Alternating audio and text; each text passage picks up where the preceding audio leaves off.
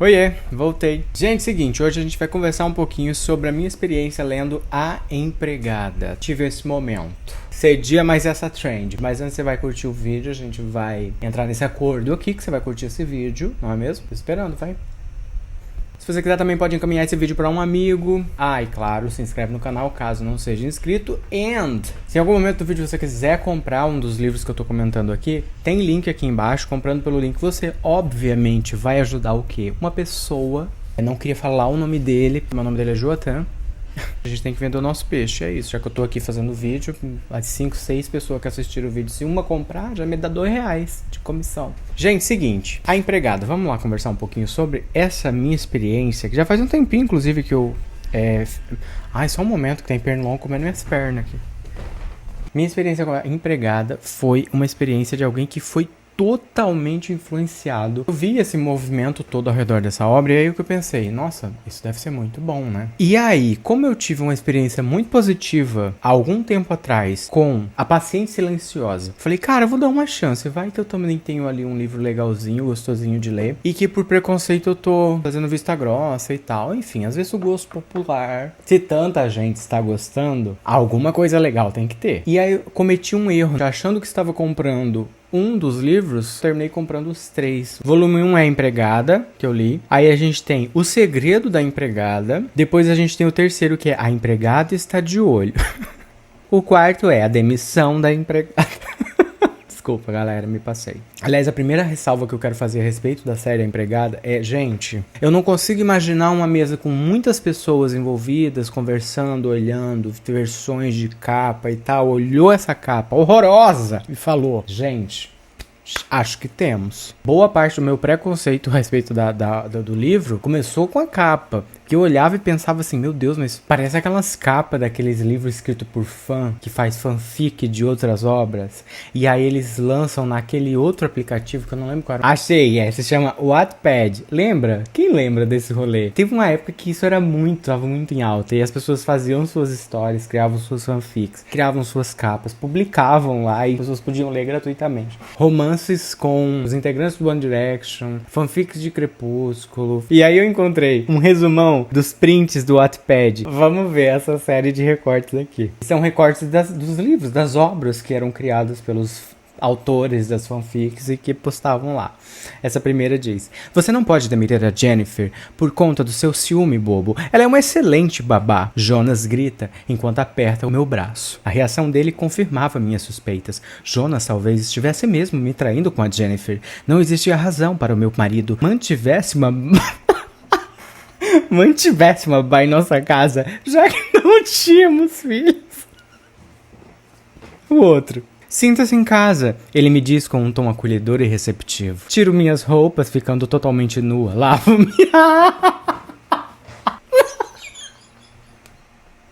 Tiro minhas roupas, ficando totalmente nua.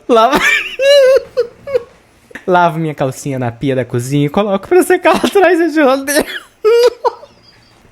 Ele me observa boquiaberto. Outra maravilhosa. Quando volto com U. Quando volto, recebo a notícia que meus pais morreu. Meus pais morreu. Tia Beatriz, nós vamos para Nova York. Choro por 5 minutos. E subi a arrumar minhas malas. Estou muito animada para a viagem. Chego em Nova York e dou de cara com Shawn Mendes. E sem querer, caiu de cara no...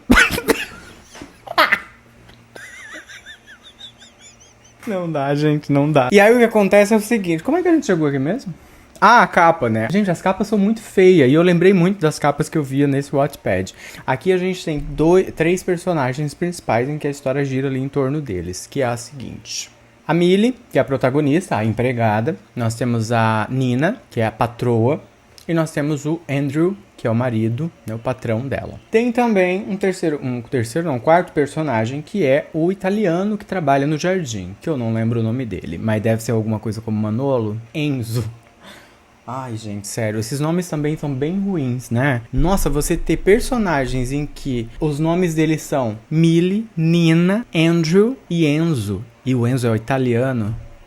Você jura, amada, que você não pensou em nada melhor? Enfim. A nossa personagem principal é, logicamente, a empregada, a nossa Millie. E a Millie tem uma questão que é a seguinte. Ela é uma ex-presidiária. Ela passa a história inteira falando muito que ela é uma ex-presidiária sem falar exatamente o que aconteceu. Se passou, não vi. Ela está na pior. Ela tá contando moeda, coitada, morando no carro, tá sendo uma situação desesperadora, sem grana, sem rumo, sem nada, sem apoio da família. E ela tá buscando se recolocar depois de ter saído da cadeia. Né? Ela tá tentando se recolocar de novo na sociedade, arrumar trabalho, toda essa dificuldade e tal. E aí, ela chega a essa oferta de trabalho na casa da Nina, que é uma oferta de trabalho que vai pagar um pouquinho melhor do que ela esperava. Enquanto isso, ela tá esperando outras respostas de outras entrevistas chegarem. Essas respostas são sempre negativas, quando as pessoas puxam a ficha dela e descobrem que ela é uma garota que acabou de sair da cadeia. E aí, a gente já tem uma personagem que tá numa encruzilhada, né, digamos assim, né? Não é encruzilhada. Na verdade é o quê? Uma bifurcação no caminho. Uma encruzilhada é uma bifurcação no caminho? Enfim, coisas que não vão agregar no vídeo que eu me perco aqui. Ela tem essa primeira conversa com a Nina e acha essa mulher muito perfeita, maravilhosa. Essa conversa flui até de forma ok, ela fica empolgada de certa forma para essa nova oportunidade,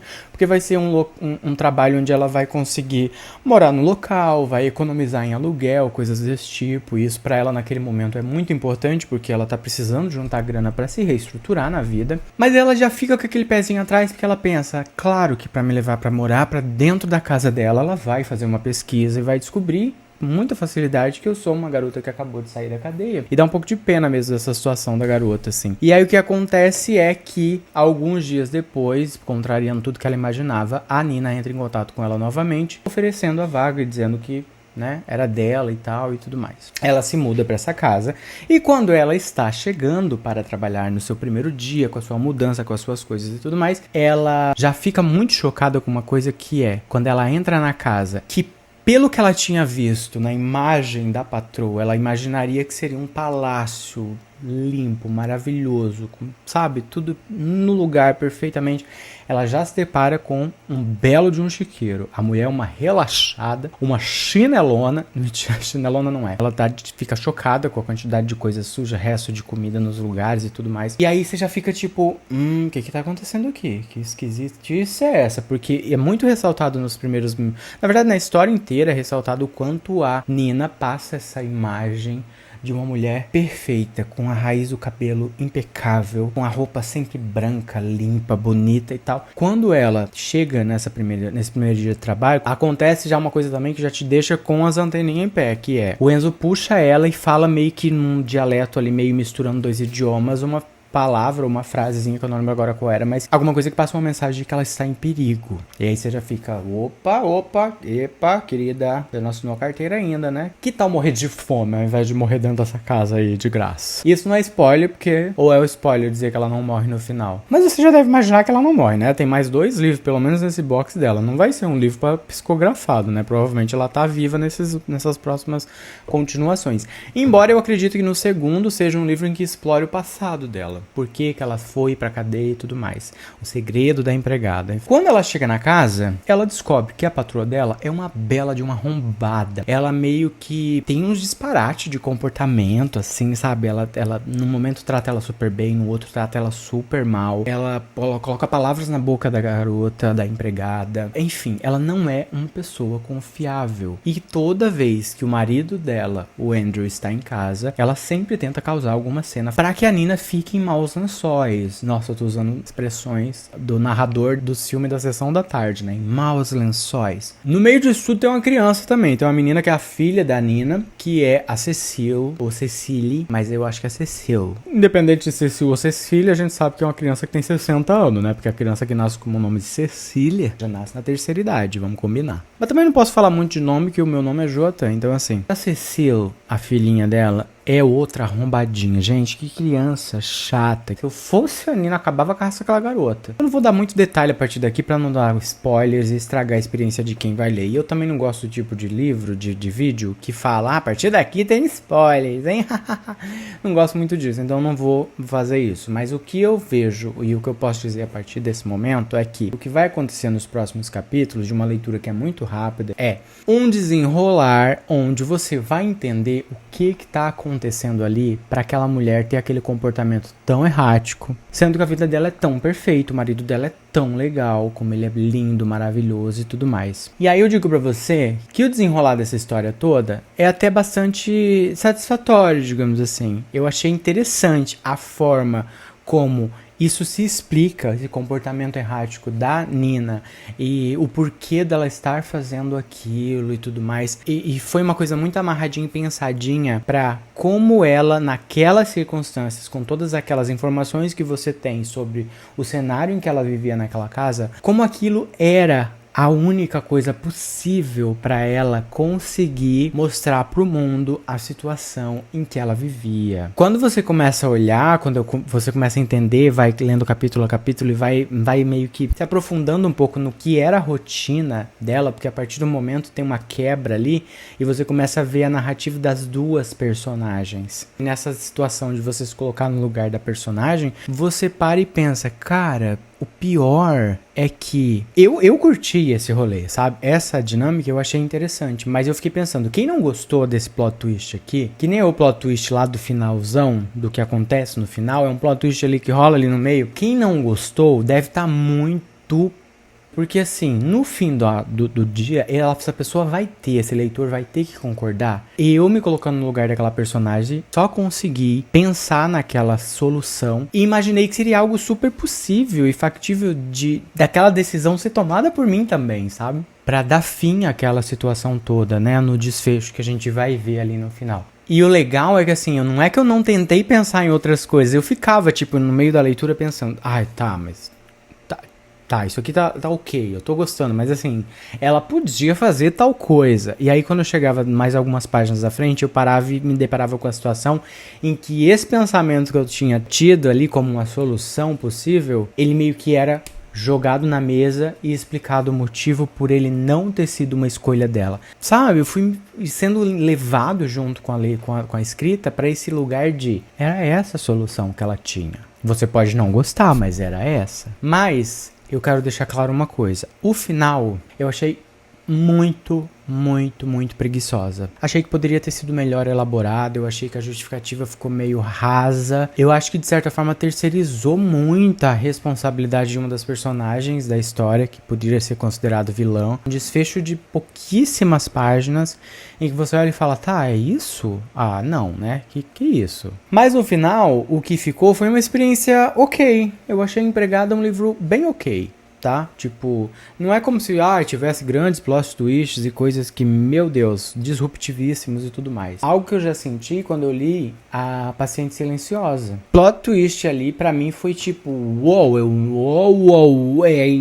eu não tava esperando isso aqui. Aqui não é o caso. As situações acontecem, você entende, às vezes dá esse barco e tal, mas não é nada do tipo, nossa, sabe, explodiu minha cabeça. E aqui eu vou voltar atrás de algo que eu acabei de falar que eu não faria nos vídeos aqui do canal, porque assim, eu preciso conversar sobre. Então assim, a partir daqui vai ter spoiler, tá? Eu vou tentar marcar o local onde a partir dali vai ser um lugar seguro, digamos assim, para você continuar assistindo, ver o encerramento do vídeo e mensagens paroquiais sem ter corrido o risco de colher os spoilers aqui. Se você ficar por sua conta e risco. Foi? Vamos lá, agora só a gente aqui. Esse rolê da Nina ter agido daquela forma pra conseguir escapar do marido abusivo, pra mim foi o auge. Quando eu comecei a ler o negócio, eu realmente comprei essa ideia de que a solução que ela tinha era aquela. Eu fiquei pensando, gente, ela tem que pedir ajuda, não é possível que ela não vai fazer um sinal, ela não vai chamar uma dessas amigas tosca dela que ela tem ali na vizinhança de gente rica e tal,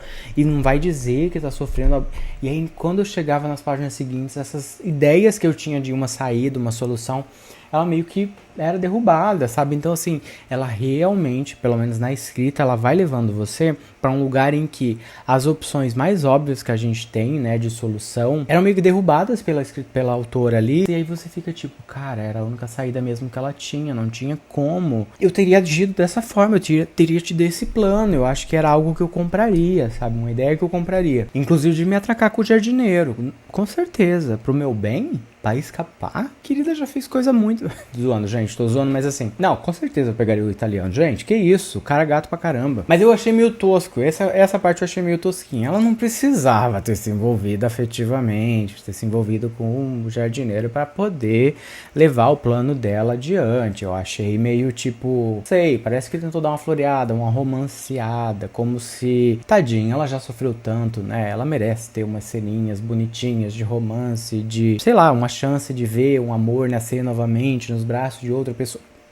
Sério, garota, que você tá com tempo pra isso? Pô, você tem tanta coisa pra escapar, você vai maquecer eu pra julgar, né? Não quero ser essa pessoa aqui, já tendo julgado horrores aqui. E o final, gente, a explicação pelo qual o Andrew agia daquela forma, pra mim, foi muito preguiçosa. Eu não sei se eu entendi errado, eu não sei se eu não li direito. Eu sempre fico com essa sensação, quando uma história me dá um final que não é tão satisfatório, ou que não é claramente o que eu gostaria, às vezes eu tenho a sensação de que eu vim construindo o final que eu gostaria na minha cabeça, e quando eu me deparo com um final que não é aquele que eu imaginei, eu penso, acho que ela escreveu errado, gente, não sei se ela escreveu, não tá no...